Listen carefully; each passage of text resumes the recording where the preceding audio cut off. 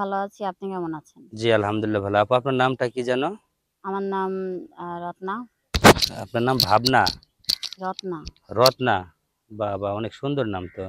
আপু আপনার কি পড়ালেখা জানেন? হ্যাঁ, কিছুটা করেছিলাম। কিছুটা বলতে? এসএসসি। এসএসসি। হুম। জীবনে প্রেম ভালোবাসা কি কিছু করছেন নাকি? হ্যাঁ, ভালোবাসা করেছিলাম। কিন্তু তাকে শুধু দেখি দিনকে দিন তার আমাকে না, আমার দেহের দিকে তার আকর্ষণ।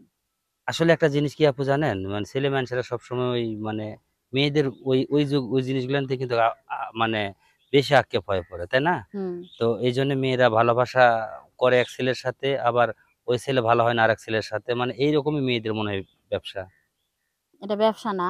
এটাকে ধরতে পারেন যে নিজের লাইফটাকে ভালো করার জন্য।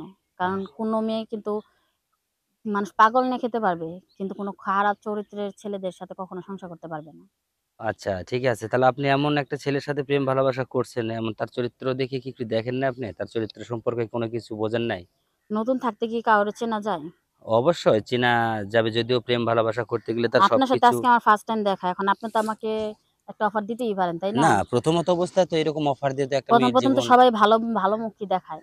হ্যাঁ, তা আর তো আসল রূপ দেখাই। তো আস্তে ধীরে চেনা যায়। আচ্ছা, যাই হোক, এখন আপনার গ্রামের বাড়ি কোথায়?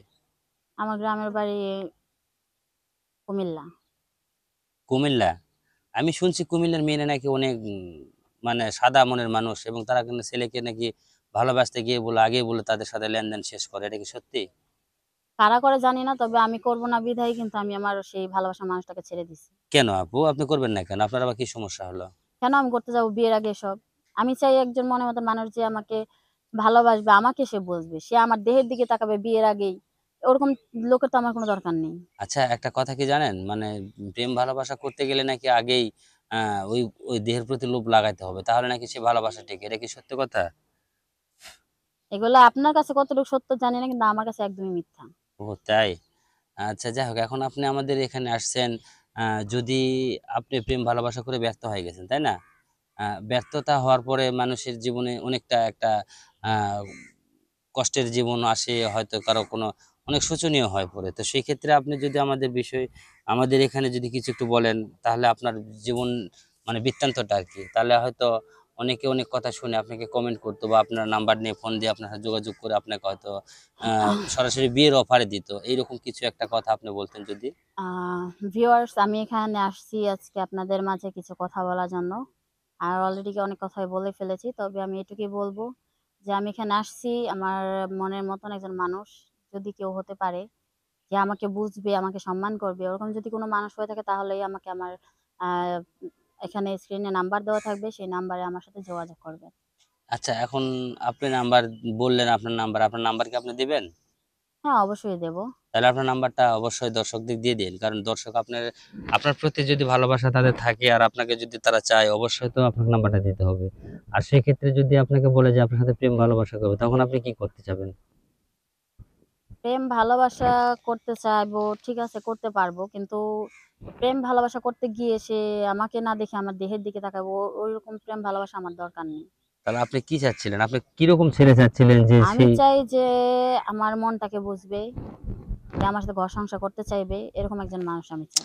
হ্যাঁ, জগতের তো সব ছেলেরা তো এক মতো, তাই না? এখন মেয়েরা যদি একটা সরলতার সুযোগ ছেলেদের যদি দিয়ে রাখে, আর ছেলেটা যদি এরকম একটা কিছু করে যদি চলে যায়, তাহলে আপনি কি করবেন? আর কে দিবে জানি না, তবে আমি দিব না। তাই? আসলে আপনার কথাবার্তা শুনে অনেক ভালো লাগলো আমাকে। আর আপনি স্ক্রিনে দেওয়া নাম্বারটা দিয়ে যদি ফোন দিবে আপনার ছেলে, কোন ছেলে পছন্দ হবে, অনেক ছেলেই তো আছে। যদি আপনার মনে করেন সেটা যে আমি আমার পছন্দ মতনই নেব। আচ্ছা, পছন্দ আগে আপনি দেখবো, কেমনে মিলাবেন? জানবো প মানুষটা কেমন। পছন্দটা মিলাবেন আপনি কেমনে? এখন দেখা যাচ্ছে যে আপনার একটা ৫০ জন মনে করেন মেসেজ দিছে, বা ৫০ জন নাম্বার দিছে। আপনি ৫০ জনকে আপনি দেখেন নাই। তাহলে আপনি কি বুঝবেন? ৫০ জনের মধ্যে সবার মেসেজ তো আর একরকম হবে না, তাই না? হ্যাঁ। যেটা মনে হবে যে না এই মেসেজটা যোগ্য, এই মেসেজটা মানে এটা সামাজিক মধ্যে পড়ে। যদি ওরকম ভালো হয়, যদি তাহলে মনে করেন যে যত তার আগ্রহটা যত বেশি থাকবে, আমি তাকেই আমার বাছাই করে নেওয়া হবে। ও আচ্ছা। এখন একটা জিনিস কি, আ বাংলাদেশের সব পোলাপানেরা কিন্তু সহজ সরল সাদা মন চলাফেরা করে। কিন্তু মেয়েদের কাছে ভালোবাসার অফার নিয়ে যায় সুদ সাধু সেজে। এটা জানেন আপনি? আপনার জানা আছে? জানি বিধায় তো আজকে এই জায়গায় আসছি। নাইলে তো আমি বাইরে আর কত ছেলে ছিল, তাই না? ওখানে তো করতে পারতাম না না। আমি যেটা বলতে চাচ্ছিলাম যে আপনার মেসেজে মনে করেন আপনাকে লিখে দিল আই লাভ ইউ, তাই না? আর আরেকজন অনেক ধরনের খারাপ কথা লিখলো, আরেকজন খারাপ কথা লিখলো। এভাবে লিখলেও ৪৯ জন খারাপ কথা লিখছে আর একজন লিখছে আই লাভ ইউ। তাহলে আপনি কি ওই আই লাভ ইউ কোয়া লোকটারে কি আপনি পছন্দ করবেন? না, তাহলে? যে সরাসরি I love you লিখেছে কখনোই ভালো হতে পারে না। তাহলে ৪৯ জন যে খারাপ কথা বলছে তাহলে এই ৫০ জন কি হবে? সবাই তো আর খারাপ কথা বলবে না। হ্যাঁ, আমি বললাম তো যে আপনার সাথে বেড শেয়ার করতে চাবে, আপনাকে চাবে, আপনার এই ঠোঁট দুটো আমিও দেখবে। তো সেটাই বললাম আ যে সবাই তো আর শুরুতেই কেউ খারাপ কথা বলবে না। এটা আমার বিশ্বাস। শোনেন, বাংলাদেশের মানুষ এখন বর্তমান ওই প্রকৃতির লোক হয়ে গেছে যে সবাই জানে, সবাই বোঝে যে আসলে খারাপ ভালো মন্দ নেই। দেখেন ওরকম খারাপ দেখে কিন্তু আমি আজকে আপনাদের এখানে আসছি। এখন যে যদি আপনারা এইসব প্রশ্ন করেন তাহলে তো হবে না, তাই না? না আমি আমি আপনাদের কাছে আসছি এই কারণেই, কারণ আপনারা আছেন, পাশে থাকবেন। আপনারাই ভালো মন্দটা দেখে তারপরে না যাচাই করে আমার কাছে হ্যাঁ, দিবেন। ঠিকই আছে। আমরা ভালো মন্দ দেখবো, আমরা যাচাই করব। আপনার তাহলে আর কি থাকে বলেন? কোন রকম ছেলের দরকার, কোন প্রকৃতির ছেলে আপনার প্রয়োজন, আর আপনার সাথে কোন ছেলে ম্যাচিং খাবে সেটাও আমাদের সব সেটা তো আমি দেখতে হবে। আপনাদেরকে বলছি। কিন্তু আমার পুরো ডিটেইলসটা আমি বলছি হ্যাঁ, যে আপনি আমার কেমন বলছেন ছেলে ঠিকই আছে। দরকার। কিন্তু আপনার বলার কথার মধ্যে দিয়ে আমি আপনাকে বারবার একটা কথাই বলতেছি। আপনি যে ধরনের ছেলে চাচ্ছেন, যদি আপনাকে বিয়ের পরে যদি ওই ছেলেটা আবার যদি অন্যরকম হয় বা সে একটা নেশাখোর হলো, সেজন্যই তো আমি ৬ মাস দেখবো আগে। ও তার সাথে আগে ৬ মাস প্রেম করে দেখবেন।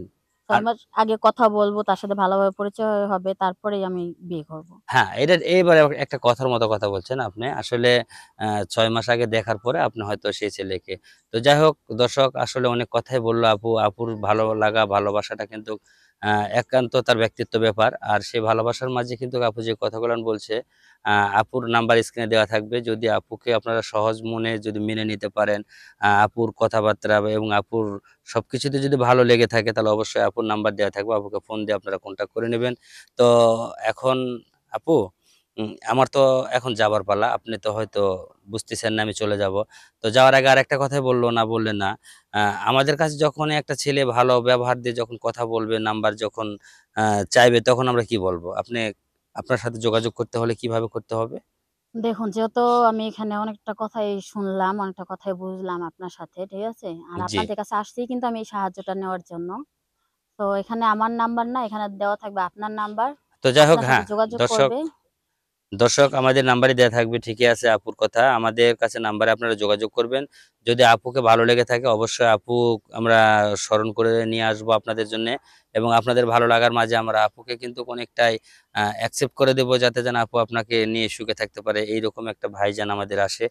তো ধন্যবাদ আপু। আপনার কথা বা আপনার সবকিছুই ভালো লাগলো। এখন আমি আপনার কাছ থেকে বিদায় নিলাম। আল্লাহ হাফেজ।